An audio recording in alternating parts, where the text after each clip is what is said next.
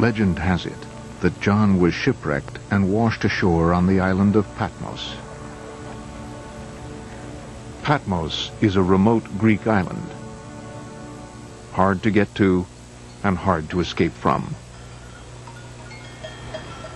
For 1,000 years there has been a monastery here, which is dedicated to the memory of John the theologian.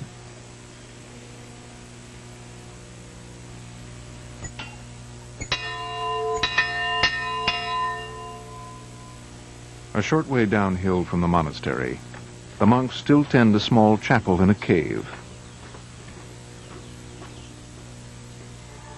According to local tradition, John was asleep in this cave when he had a vision. On the Lord's day I was in the Spirit, and I heard behind me a voice like a trumpet. In John's own account, he is in the Spirit on the Lord's day and begins to hear a voice, and it begins to see a vision of a lampstand and lights. I turned around to see the voice that was speaking to me. I saw 7 golden lampstands. And we begin to get this revelation of the future of the world.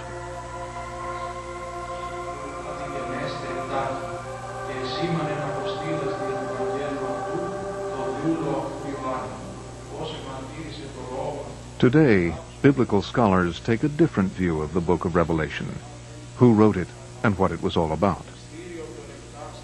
Modern scholarship really separates John the wandering prophet from John the evangelist. It's not absolutely clear that John was either in prison or even in exile.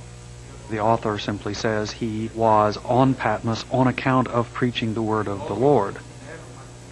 That could even sound as if he's kind of a circuit preacher and this is one of his stops.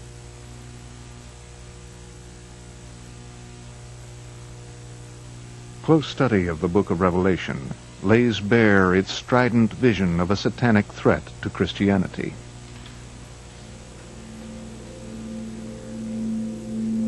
The author draws on ancient prophets and earlier apocalyptic writers, using words and images that hark back to the oppression by Babylon. She held a golden cup in her hand, filled with abominable things, and the filth of her adulteries. Babylon the Great, the mother of prostitutes and of the abominations of the earth. The whore of Babylon is an interesting image. The author of Revelation indicates that he means the city of Rome by describing the whore as seated upon a beast and defining the beast as 7 hills. And to any ancient reader that would mean Rome. The 7 heads are 7 hills on which the woman sits. John is using the idea of Babylon as the most corrupt and decadent city in the world and saying, look, here's Rome, just the new Babylon. What outrages the author of Revelation above all else is the imperial cult, which demanded submission to the deified emperor in Rome. What made it a problem for Jews and Christians to participate in the imperial cult was that you had to perform sacrifices to the emperor or in honor of the emperor. That runs very close to idolatry. We have references to the image of the beast that people are forced to bow down and worship.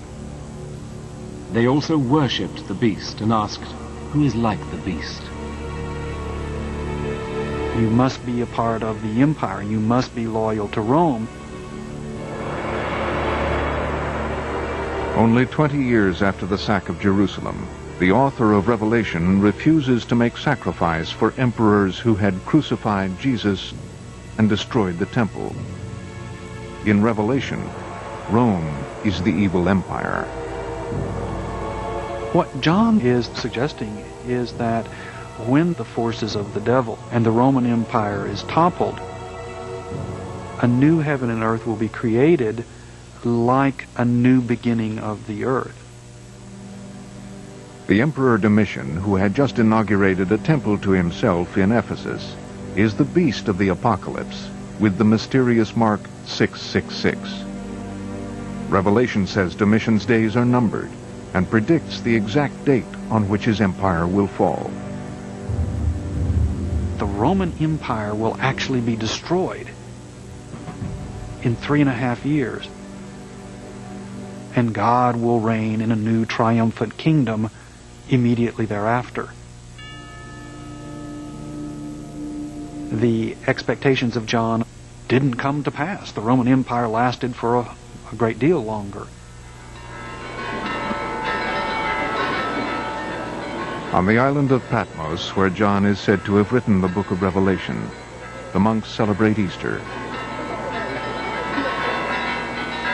Their celebrations are pregnant with symbols from the apocalyptic tradition. From Babylon, the longing for a new Jerusalem. I saw the holy city, the new Jerusalem, coming down out of heaven from God. From Persia, the images of light and dark. There will be no more night, for the Lord God will give them light. From the Hellenistic crisis come angels, devils, heaven, hell, and the dream of victory in the war between God and Satan. Then I saw the beast, and the kings of the earth and their armies gathered together to make war. For Greek Orthodox Christians, the stroke of midnight on Easter Sunday marks the moment when Christ rose from the dead.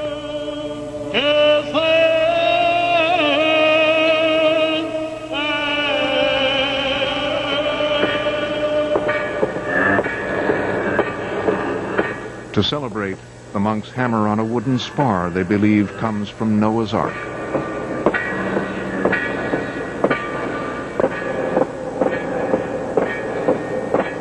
Throughout Christian history, Christ's resurrection prefigures his second coming. His victory over evil at Armageddon. His 1,000-year reign of peace. But ever since it was written, interpreters have tried to understand Revelation's predictions for the millennium and the day of judgment.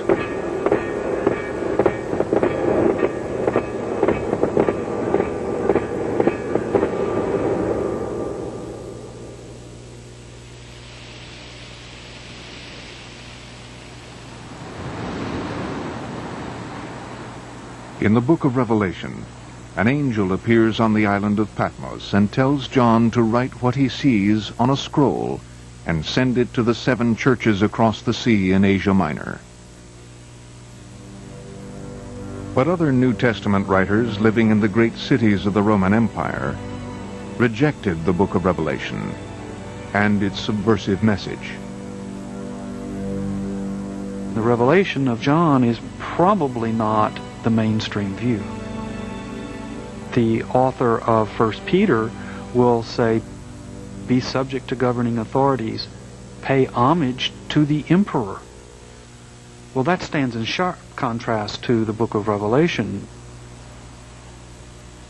Ignored for nearly 100 years, the book of Revelation would come back to haunt the church.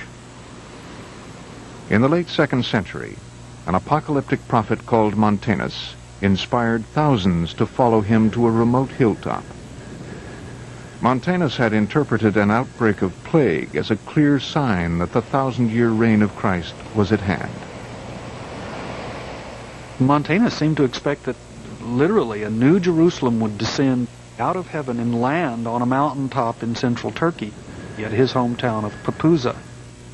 Needless to say, it didn't quite happen that way. From the time of Montanus onwards, there have been innumerable prophets who believed in the literal truth of the book of Revelation. Not only that, but that the prophecies were to be fulfilled here and now, at any moment.